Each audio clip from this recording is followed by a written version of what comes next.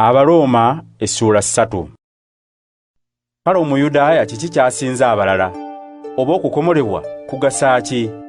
Kugasa mu ngeri yonna. Okusookera ddala Abayudaaya be baakwasibwa ekigambo kya Katonda. Kale kiba kitya abamu ku bo bwe bataba beesigwa? Obuteesigwa bwabwe bulijjawo obwesigwa bwa Katonda? Nedda, tekisoboka. Katonda abawa amazima buli muntu ne bw'aba omulimba, nga bwe kyawandiikibwa nti, oba mutuufu mu bigambo byo, bw'osalirwa omusango gwe osinga. Naye obanga ffe okuba ababi kiragira ddala nga Katonda bw'asala omusango mu bwenkanya, tunaagamba tutya? Tugambe nti Katonda bw'atubonereza abamubi? Njogera ng'abantu bwe boogera. Nedda, tekisoboka. Katonda bw'ataba mwenkanya, ate olwo ayinza atya okulamula ensi? Naye obulimba bwange bwe bwongera okulaga nga Katonda bw'ali ow'amazima, n'aweebwa ekitiibwa, nze ate lwaki mba nkyasalirwa omusango okunsinga ng'omwonoonyi? Era lwaki tetugamba nga bwe tuwaayiriza, era ng'abamu bwe batulumiriza, nti bwe tugamba nti tukole ebibi mulyoke muveemu ebirungi? Ng'abamu bwe batuwaayiriza nti bwe tugamba, abo basaanidde okusalirwa omusango okubasinga. Kale olwo ffe Abayudaaya tulina kye tusinza abalala? Nedda, tetukirina. Nga bwe nasoose okulaga nti abantu bonna Abayudaaya n'abamawanga amalala bafugibwa kibi, nga bwe kyawandiikibwa nti, tewali mutuukirivu wadde omu, tewali ategeera wadde anoonya Katonda.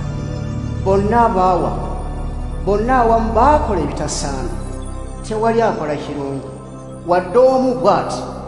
Emimiro gyabwe gy'entaana yasaamiridde, ennimi zaabwe bazoogeza bya bukuusa, bye byogera bya kabi ng'obusagwa bw'enswera.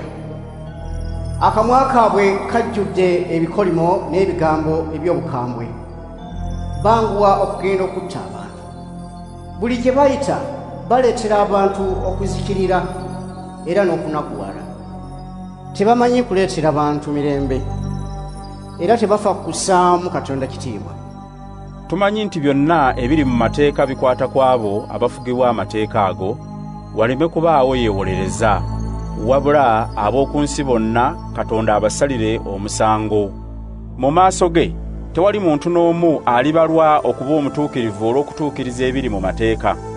Amateeka kye gakola kwe kumanyisa omuntu nti akoze kibi. Naye kaakano obutuukirivu obuva eri Katonda nga tebuyita mu mateeka bulabise era bukakasibwa amateeka n'abalanzi. Bwe butuukirivu Katonda bw'awa abantu bonna abakkiriza Yesu Kristo, kubanga bonna tewali njawulo. Bonna baayonoona ne balemwa okutuuka ku kitiibwa Katonda kye yayagala babeere nakyo. Katonda olw'ekisa kye yabawa obutuukirivu bw'abuwa, kubanga baanunulibwa Yesu Kristo. Yesu oyo mu kufa kwe yateekebwawo okuba omutango gw'ebibi by'abamukkiriza.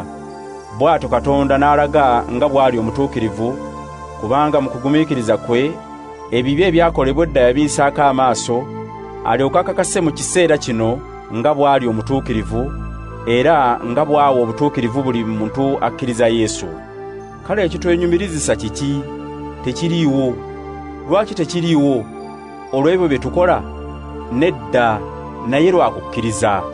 Tukakasiza ddala nti omuntu aba mutuukirivu lwa kukkiriza, so si lwa kutuukiriza ebyo amateeka bye galagira. Kazi Katonda w'Abayudaaya bokka, ab'amawanga amalala bo si waabwe?